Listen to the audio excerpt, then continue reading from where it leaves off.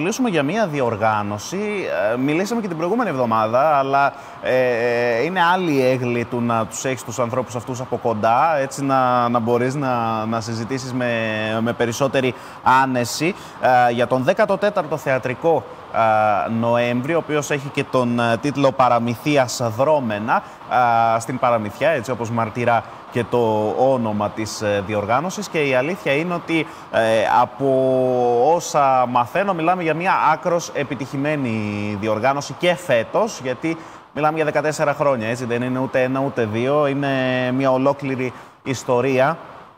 Θα καλωσορίσω λοιπόν δίπλα μου με πολύ μεγάλη χαρά τον κύριο Γιάννη Δημάκα, τον υπεύθυνο της ΘΕΑΤΟ, που έχει αναλάβει όλο αυτό το στήσιμο.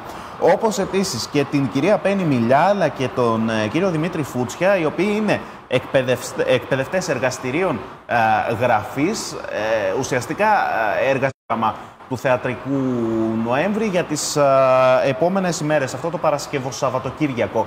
Καλώς ορίσατε. Σας ευχαριστώ πολύ που είστε εδώ και οι τρεις. Καλησπέρα, καλησπέρα.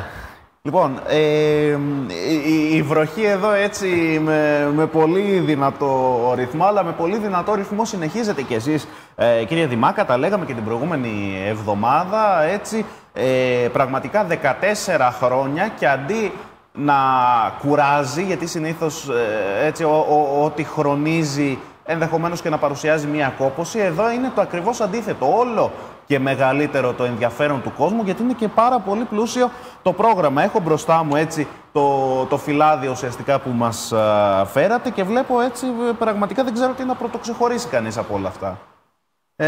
Όντως ο Θεατρικός Νοέμβρης έχει γίνει πλέον ένας θεσμός. Στα 28 χρόνια της πορείας της θεατρικής ομάδας της ΘΕΑΤΟ έχουμε τον 14ο Θεατρικό Νοέμβρη. Παραμυθίας δρόμενα φέτος. Ένας Νοέμβρης πολύ πιο πλούσιος φέτος, γιατί έχουμε τα 5 Παρασκευο-Σαββατοκύριακα του Νοεμβρίου. Έτσι έχουμε τη χαρά να φιλοξενούμε πολλές παραστάσεις από ανά την Ελλάδα, κυρίως βραβευμένες παραστάσεις, στην πορεία δηλαδή που είχαμε συναντηθεί στα θεατρικά Πανελλήνια Φεστιβάλ με ομάδες οι οποίες διακρίθηκαν. Τις καλέσαμε και ήρθαμε με πολύ μεγάλη χαρά στην Παραμυθιά. Έτσι έχουμε δηλαδή ομάδες από τη Θεσσαλονίκη, από την Πάτρα, από την Κόρινθο, από την Κέρκυρα, από την Ναύπαχτο που είναι το Σάββατο και από τα Γιάννενα είχαμε το προηγούμενο Σαββατοκύριακο. Αλλά αυτό το Παρασκευο-Σαββατοκύριακο έχουμε τη χαρά και την τιμή να έχουμε μαζί την Πέννη και τον Δημήτρη. Είναι οι εκπαιδευτές των εργαστηρίων μας. Διότι ο Θεατρικός Νοέμβρης δεν είναι μόνο θέατρο, αλλά είναι και εργαστήρια θεάτρου και γραφής. Και το πιο σημαντικό από όλα, αυτά τα εργαστήρια είναι εντελώς δωρεάν για όποιον ενδιαφέρεται. Βέβαια σε αυτό συνετέλεσε και η επιχορήγηση που είχαμε από το Υπουργείο Πολιτισμού, που για πρώτη φορά συμπεριέλαβε το Θεατρικό Νοέμβρη υπό την αιγίδα του.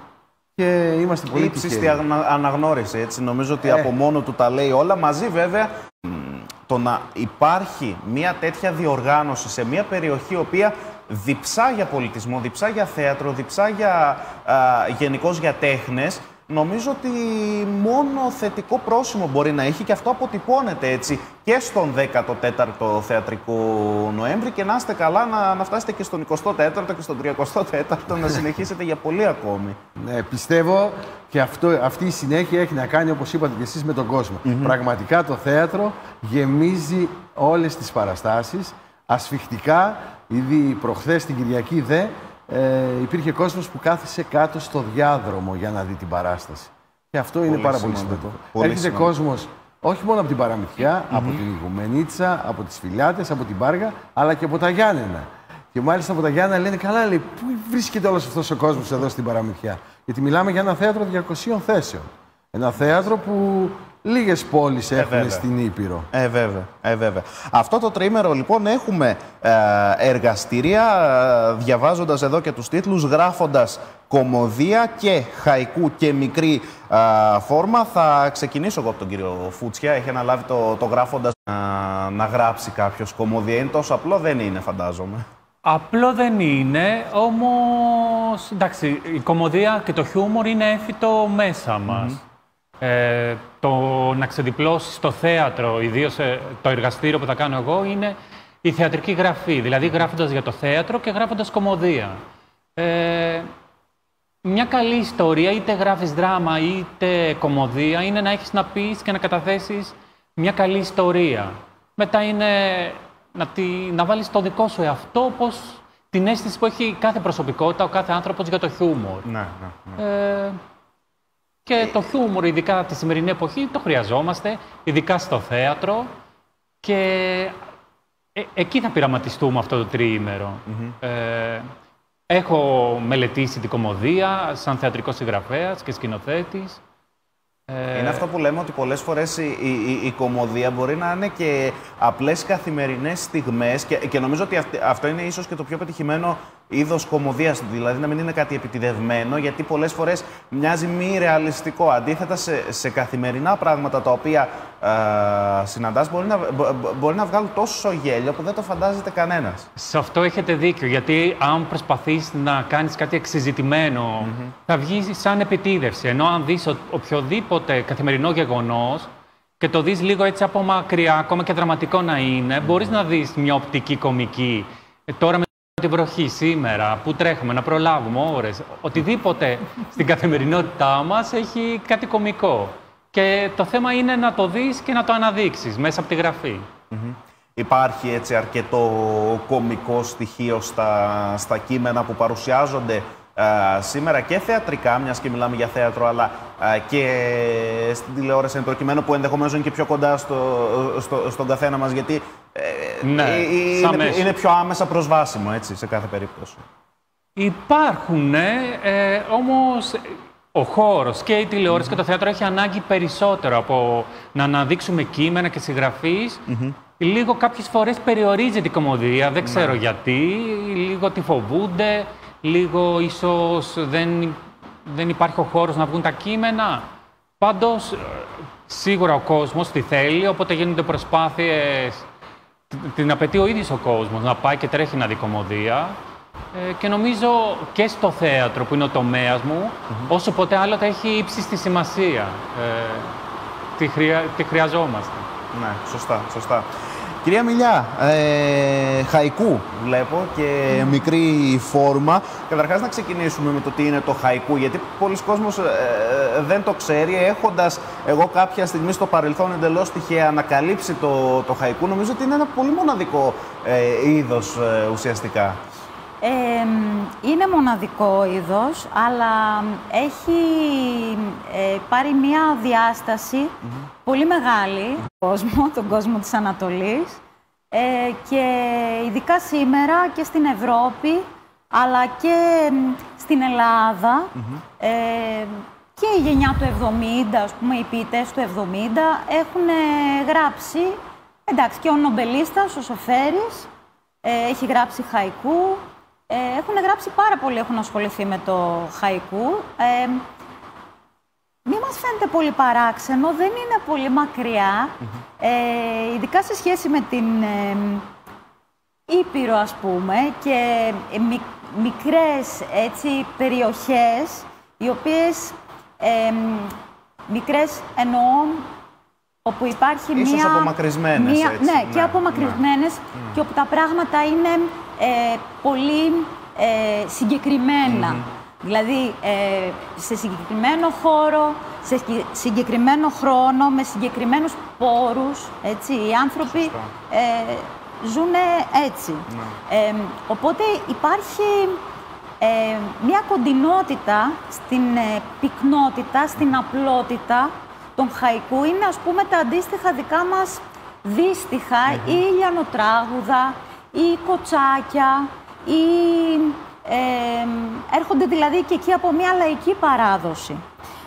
Και αυτό θα προσπαθήσω να κάνω και στο σεμινάριο.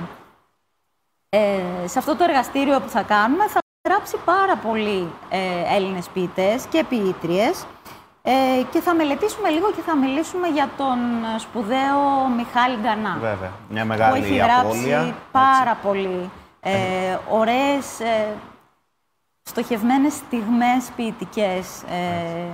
Έχω φέρει να κάνουμε πολλά πράγματα. Και νομίζω ότι έτσι ο ίδιος είχε καταφέρει να αποτυπώσει και με έναν μοναδικό τρόπο την περιοχή μας, όπως διάβαζα κάπου σε ένα άρθρο συναδέλφων πριν από μερικές ημέρες, ότι του χρωστά πολλά αυτή η περιοχή, τα Γιάννενα, τα γυάλινα Γιάννενα, όπως έλεγε ο ίδιος. Νομίζω ότι ήταν κάτι μοναδικό. Πώς έγινε έτσι αυτή η σύμπραξη με τη Θεατό, πώς το ακούσατε αυτό το κάλεσμα? Να μιλήσω εγώ.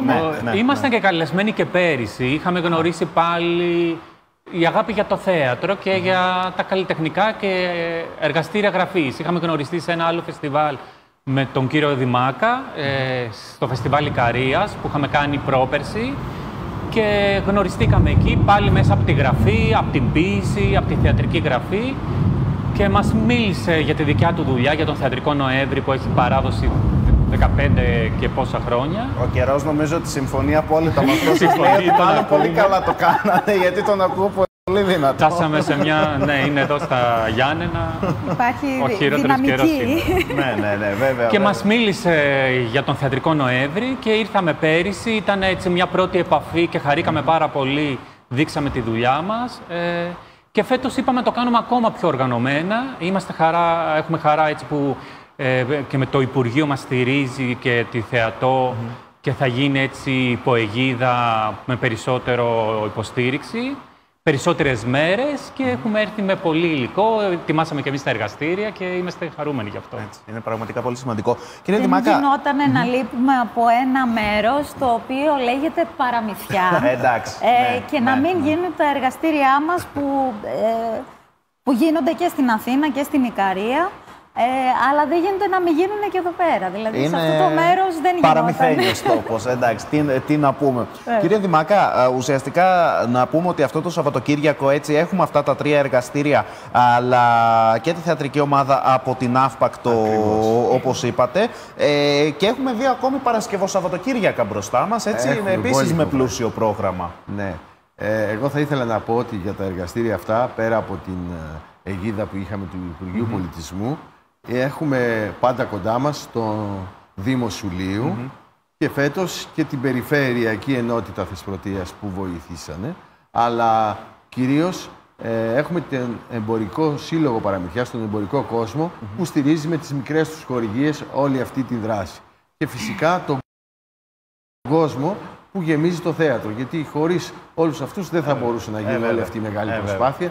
Και για όλα αυτά τα 5 Παρασκευοσαββατοκύριακα. Θα ήθελα δηλαδή να ευχαριστήσω και δημόσια δηλαδή όλους αυτούς που ήταν κοντά μας. Και φυσικά έχουμε κοντά να ευχαριστήσουμε και το Ήπειρους TV, το οποίο είναι και φέτος χορηγός επικοινωνίας και εσάς προσωπικά είναι μεγάλη μας για μία ακόμη φορά. Χαρά να είμαστε αυτό. δίπλα σας, γιατί όντως γίνονται πράγματα και δεν είναι ο κανόνας δυστυχώς έτσι, να γίνονται τέτοιες πρωτοβουλίες στην περιφέρεια. Είναι η εξαίρεση. Μακάρι να καταφέρουμε κι εμείς να φτάσουμε κάποια στιγμή σε ένα σημείο που να είναι ο κανόνας και να μην